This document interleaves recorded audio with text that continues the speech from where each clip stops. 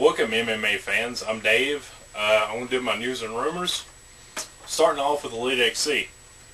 KJ Noon's not happy with Elite XC. Says that they're not publicizing his career enough, which personally I didn't know who KJ Noons was before he went Elite XC. I don't know how this is not publicizing him enough.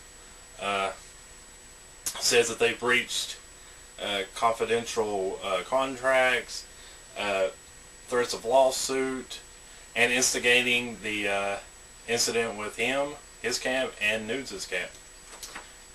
He says that he wants to go on and pursue his boxing career more, maybe focus on it. I don't know about that. I mean, boxing's kind of taking a back seat to mixed martial arts. He says that he will fight he'll fight Diaz, but it's not going to be in October 4th, and it's not anytime soon. I don't know what his deal is. I don't know if he's scared of him. I don't know what it is. Maybe he thinks that he's not going to be lucky this time and be able to cut him and have the ref stop it. I think he sees that Diaz is determined, and we'll go in there a little bit different this time. All right on to WEC. Now this is some really big news. WEC is merging with UFC. They're taking their light heavyweight division and their middleweight division and putting it over to the UFC. This will happen sometime at the end of the year.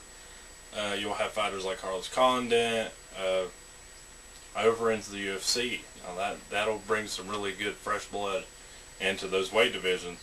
That'll leave WEC with their lower weight divisions. Everything below, you'll have welterweight and everything below that. I think this is really good. I cannot wait for this to happen. On to UFC. In the UFC news, we got Shogun returns on December. This is rumored that he'll be fighting Rampage. Now he says that he has a verbal agreement with with UFC to fight Rampage, and got online, looked it up a little bit. I saw a video that he was stating, I guess where he was giving a seminar. People were asking him about his return to the UFC, and he says that he'll be fighting Rampage. I don't know this is going to happen. He's also been rumored that he might fight Coleman. Now Coleman was supposed to come in and fight Brock Lesnar. He got injured, didn't happen. Coleman actually defeated Shogun in Pride. What happened was Coleman went for a takedown.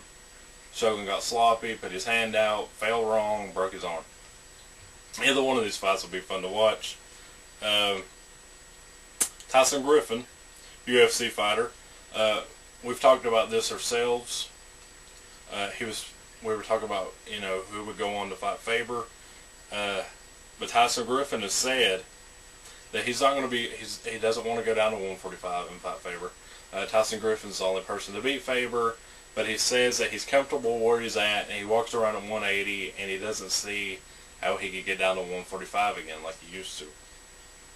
I'd like to see it. I'd like to see somebody fight Faber that's beat him. This is the only guy that's beat him. Tyson Griffin is a better fighter. Uriah Faber is a lot better fighter than he was, but this would be an interesting matchup. All right, this is some crazy news right here. John Copenhaver, known as the War Machine, was starting to be sued by another wrestling organization. I'm not sure which. I believe it's TNA. Now they say they have the copyrights on the trademark on the name War Machine because they named one of their fighters or wrestlers War Machine or whatever. Now John Copenhaver, being the crazy guy that he is, changed his name legally to War Machine, so they can't do nothing to him. He stated that he's not going to have some fake-ass wrestler take his name. So, the guy's earned it. He was on Ultimate Fighter. He's not done so well since, but, I mean, the guy's a real fighter, not some pro wrestler on there doing, choreographed fights for a living. So, go John. So, all right, now this is the big news. I say everybody's heard about it already. It's been all over the internet. Couture is returning to the UFC, and his opponent is going to be Brock Lesnar. This is going to be for UFC 91 November 15th. Now this is a little bit crazy. We got Nog as the interim heavyweight champ, which he's doing the Ultimate Fighter with Frank Mir. So whoever, they're going to fight at the end of that. So how it's supposed to go is whoever wins that fight and whoever wins the Couture fight, Brock Lesnar fight, will go on, and they'll go on and fight. Now I don't quite understand this. I figured they give Brock a couple more fights, maybe Chet Congo. But if anybody can beat Lesnar, it's Couture. I mean, the guy's a strategist. I cannot wait to see this fight, even though I think it's a little bit early. But, that's my opinion, and that is the news.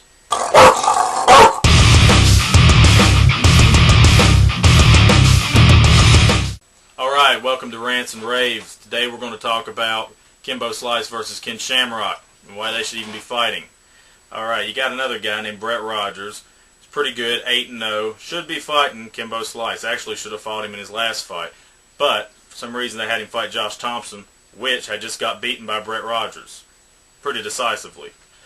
Kimbo had a hard time with Josh Thompson. Not even that great of a fighter. Ken Shamrock seems to be that guy that you call up when you need to build up the name of another fighter. Seems that Elite XC, they've spent a lot of money on Kimbo Slice, and they're needing money right now. So they're going to use him, try to keep him safe until they can get the big money out of him in the fight in 2009. So I don't think that this should happen. Me personally, Kimbo's 3-0, and for some reason he's getting all kinds of attention. I believe personally that they made a mistake by putting so much into Kimbo anyways, because he's somewhat forgot about. Yeah, I mean, he's entertaining to a certain extent, but the most real fans of the sport look at him as kind of a joke. And that's my rant and rave.